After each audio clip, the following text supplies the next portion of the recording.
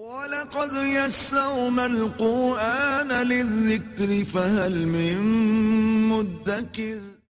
بسم اللہ الرحمن الرحیم۔ آج انشاءاللہ تعالیٰ العزیز ہم قرآن پاک کا 8واں سپارہ اس کے اہم پوائنٹس کا مطالعہ کریں گے۔ جہاں سے اس سپارے کا آغاز ہو رہا ہے وہاں پر انتہائی خوبصورت رہنمائی موجود ہے۔ وہ یہ ہے کہ لوگ دو طرح کے ہوتے ہیں۔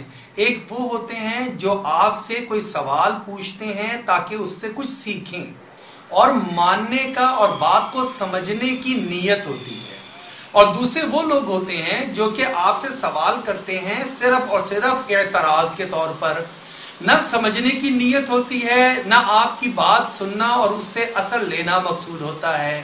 تو آپ ہمیشہ ان لوگوں کی طرف تو توجہ دیں اور اپنا وقت بھی لگائیں جو بات کو سمجھنے کے لیے اور ماننے کے لیے آپ سے سوال کر رہے ہیں، اور دوسرا طبقہ جو نہ ماننے والا ہے، جو ہر حال میں آپ کی بات میں صرف طعنا اور کوئی عیب اور تنقید ہی نکالتا ہے۔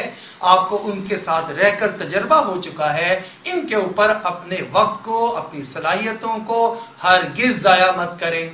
کتنا خوبصورت اصول ہے۔ اللہ رب العزت نے قرآن پاک میں ارشاد فرمایا کہ یہ جو نہ ماننے والے ہیں نا، اے نبی صلی اللہ علیہ وسلم، یہ جو مختلف طرح کے مطالبے کرتے ہیں کہ آپ فلاں معجزہ دکھائیں گے تو میں مان جاؤں گا، فلاں معجزہ کر کے دکھا دیں گے تو مان جائیں گے، فلاں معجزہ، اور آپ کے دل میں یہ بات آتی ہے کہ اللہ تو قادر ہیں لہذا ان کے معجزہ دکھا ہی دیا جائے، شاید یہ ایمان لے کر آ جائیں۔ تو آپ سن لیجئے، وَلَوْ أَنَّنَا نَزَّلْنَا إِلَيْهِمُ الْمَلَائِكَةَ، اگر ان کے اوپر فرشتوں کو جس طرح یہ کہتے ہیں، مطالبہ کرتے ہیں، اس کے مطابق ان پر اگر نازل کر بھی دیا جائے، فرشتے ان کے سامنے آ بھی جائیں، وَكَلَّمَهُمُ الْمَوْتَى، اور یہ کہتے ہیں کہ مرنے کے بعد دوبارہ زندہ ہوں گے، تو کسی ایک کو کہیں نہ اٹھ کر ہمیں بتا دے۔ تو اگر ہم ان کو قبرستان کے مردوں سے کلام بھی کروا دیں کہ وہ اٹھیں اور اٹھ کر ان سے کلام کریں اور ان کو بتائیں کہ یہ نبی سچ کہتے ہیں، واقعتاً ہم جب قبر میں گئے تو سوال و جواب ہوا، ایک اگلا جہان ہے جہاں پر حساب کتاب ہوگا، اچھے اعمال پر جزا، برے پر سزا ملے گی۔ وَحَشَرْنَا عَلَيْهِمْ كُلَّ شَيْءٍ قُبُولًا، بلکہ یہ دو باتیں، تین باتیں نہیں، جو یہ اپنے منہ سے مطالبہ کریں وہ سارے کے سارے مطالبے یکے بعد دیگرے پورے کرتے چلے جائیں، جمع کر دیں وہ ساری کی ساری چیزیں، اور قبولا ان کے بالکل سامنے ہوں، تو قرآن کہتا ہے ما کانوا لیؤمنوا، یہ پھر بھی ایمان نہیں لے کر آئیں گے۔ تو جو اس طرح کے لوگ ہیں، آپ ان کی ذرا برابر بھی پرواہ نہ کیجیے، آپ اپنے وقت، اپنی صلاحیتیں ان کو لگائیں ان لوگوں پر جو کہ آپ کے طلب میں بیٹھے ہوئے ہیں، جو سیکھنا چاہتے ہیں، سمجھنا چاہتے ہیں، ہدایت لینا چاہتے ہیں، رہنمائی لینا چاہتے ہیں۔ اور ایک اور جملہ ارشاد فرمایا وَإِن تُطِعْ أَكْثَرَ مَنْ فِي الْأَرْضِ يُضِلُّوكَ عَنْ سَبِيلِ اللَّهِ، اے نبی علیہ السلام، آپ کو تو بڑے عظیم کام کے لیے دنیا میں بھیجا گیا ہے، اب نبی آخر الزمان ہیں، یہ سب لوگ آپ کو مل کر ڈی ٹریک کرنا چاہتے ہیں۔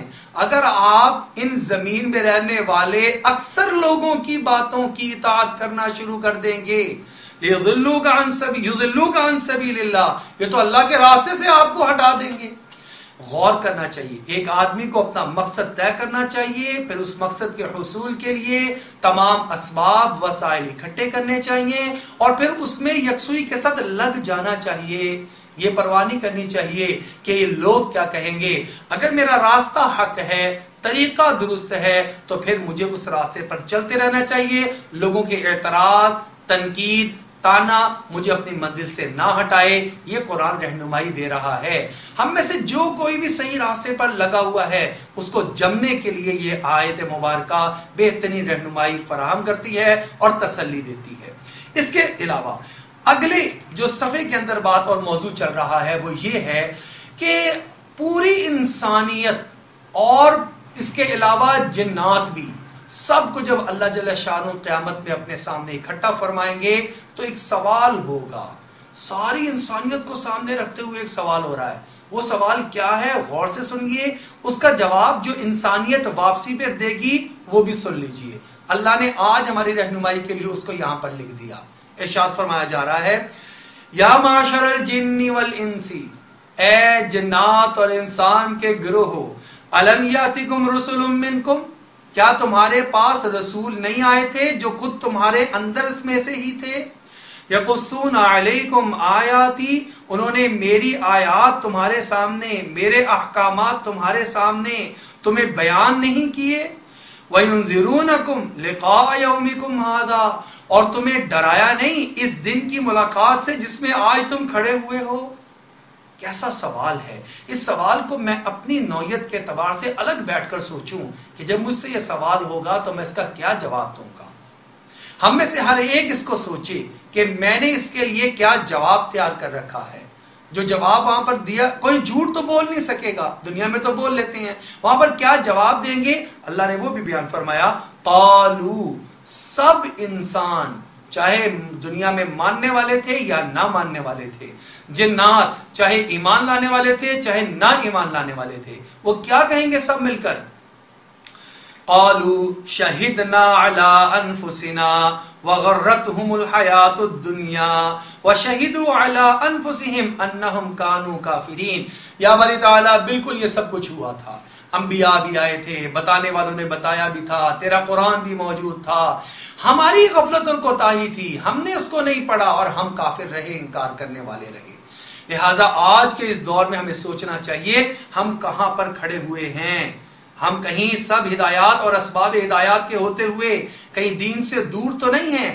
اگر ہیں تو آج ہم قدم بڑھاتے ہیں، اور اس سوال کا جواب تیاری کے لیے یہی موقع اور یہی زندگی مجھے ملی ہے، میں اس کے اندر اس کا جواب تیار کرنا شروع کر دیتا ہوں.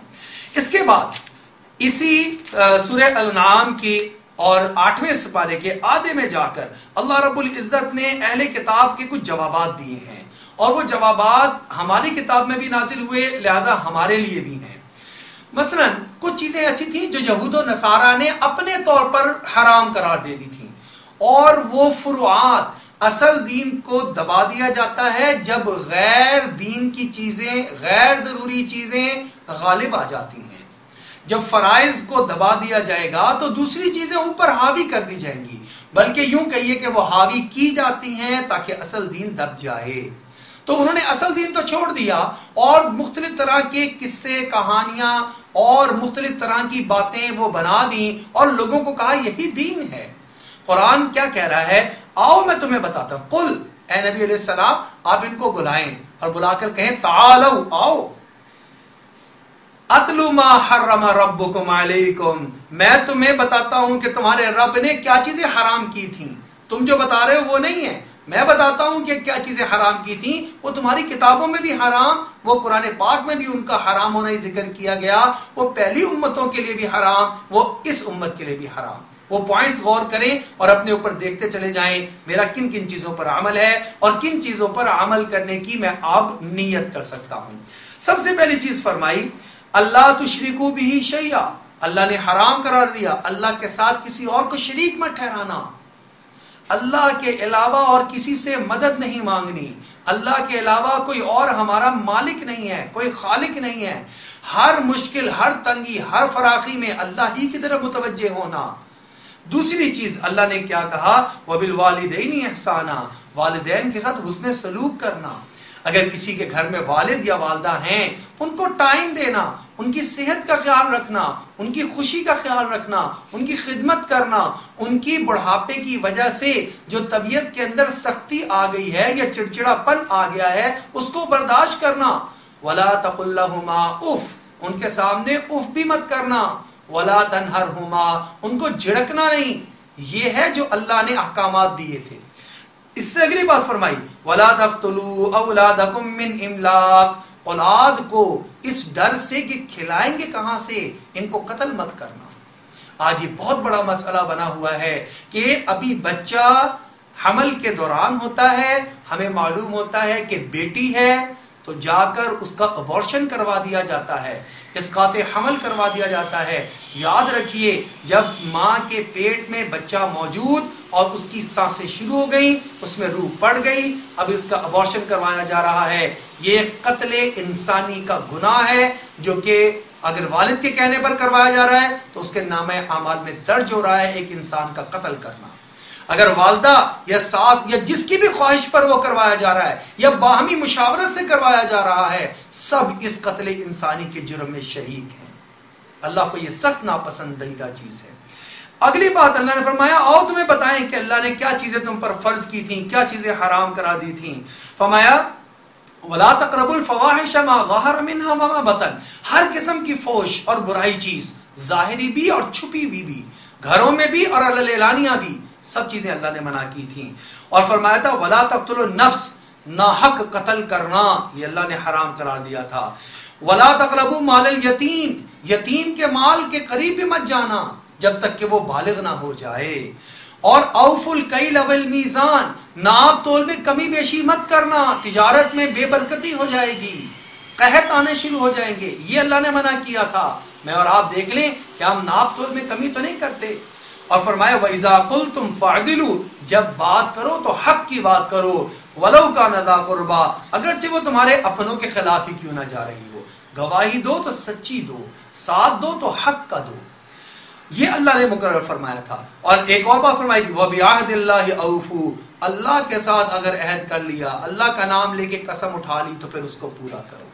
فرمایا یہ تھے احکامات، اس کو تم نے چھپا دیا اور غیر دین اور غیر اضافی چیزوں کو لا کر تم نے دین پر رکھ دیا تاکہ دین مغلوب ہو جائے، یہ چیزیں بڑھ جائیں. اس کے علاوہ اگلا جو پوائنٹ یہاں پر ذکر کیا گیا اس پارے میں وہ یہ ہے کہ اس امت محمدیہ صلی اللہ علیہ وسلم کے ساتھ اللہ کے بے شمار خاص معاملات بھی ہیں. ان میں سے ایک یہ بھی ہے جو ایک نیکی کرے گا کم از کم درجہ اس کو اللہ 10 گنا عطا فرمائیں گے.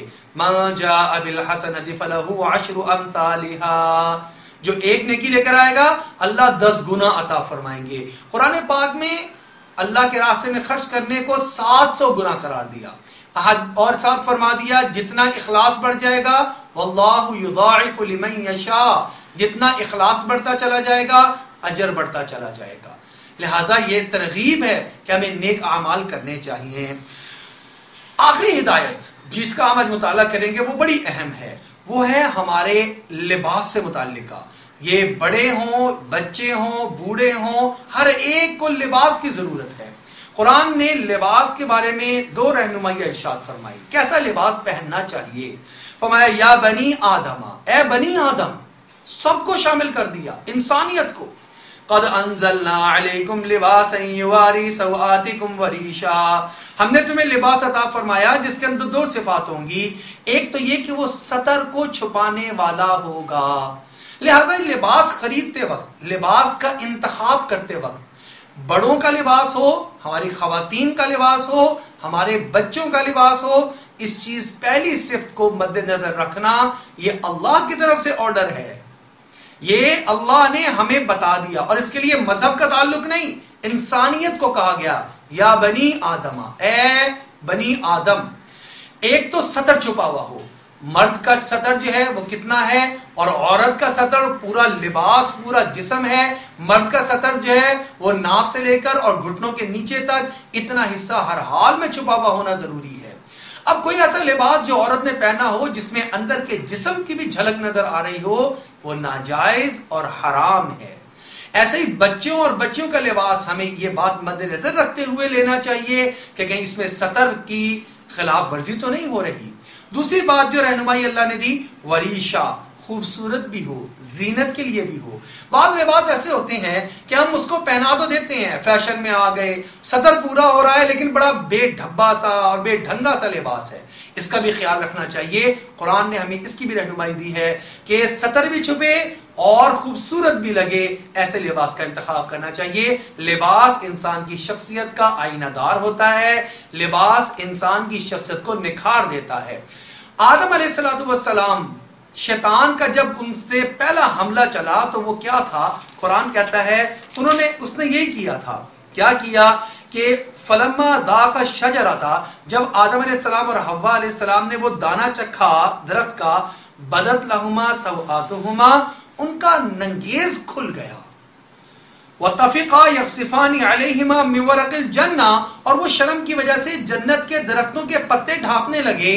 اس کا مطلب یہ ہوا شیطان کی سب سے پہلی چال لباس کو مختصر کرنا ہوگا، بے حیائی کو فروغ دینا ہوگا، بقایا سارے بعد کے مراحل بڑی آسانی سے طے ہوتے چلے جائیں گے، فحاشی کو بھی فروغ مل جائے گا، بدکاری اور زنا کو بھی، قتل کو بھی، ساری چیزیں پھر اس کی بنیاد بن جائیں گی۔ اللہ جل شانہ سے دعا ہے اللہ ہمیں لباس کے بارے میں بھی اور بقایا ہدایات کے بارے میں بھی قرآن کی رہنمائی کے مطابق زندگی گزارنے کی توفیق عطا فرمائے۔